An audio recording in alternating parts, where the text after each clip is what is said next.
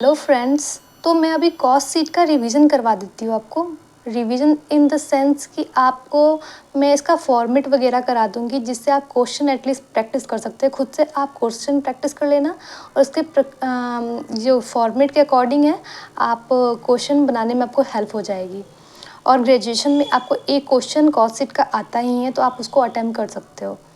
तो cost sheet में वो खर्चे आते हैं जो सिर्फ एक प्रोडक्ट को बनाने में आते हैं। आप कोई एक पर्टिकुलर प्रोडक्ट बना रहे हो, उसको बनाने में जो भी खर्चे आते हैं उसी को कॉस्ट शीट में रिकॉर्ड करते हैं।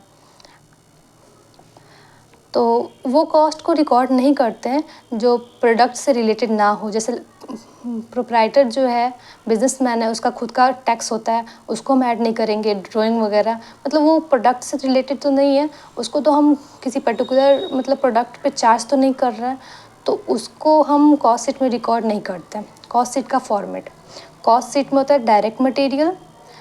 कॉस्ट शीट का फॉर्मेट ऐसे बनता है, यहाँ पे पर्टिकुलर होता है, यहाँ पे अमाउंट होता है। तो direct material, direct labour, direct expenses को ऐड करने पे बनता है prime cost.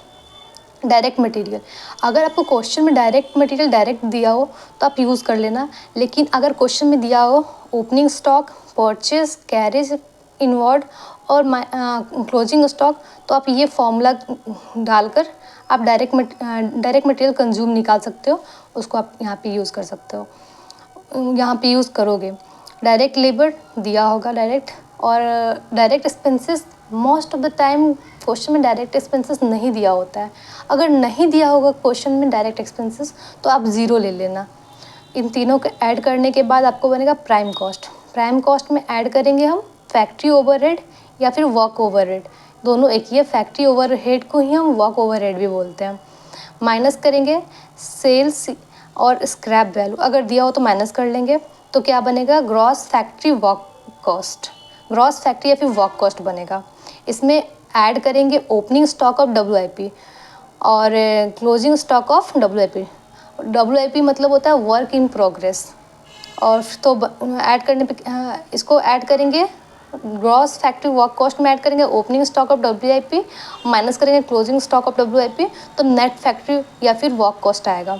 Net factory work cost इसी को बोलते हैं।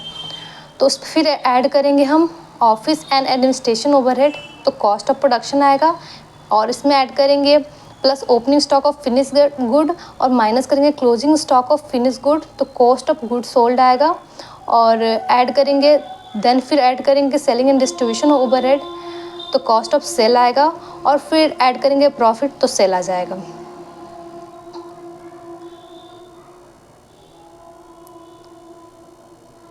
तो आई होप आप समझ सकते हो, यही कॉस्ट शीट का फॉर्मेट है। अगर आपको वीडियो अच्छी लगी हो तो प्लीज़ लाइक, सब्सक्राइब और शेयर करें।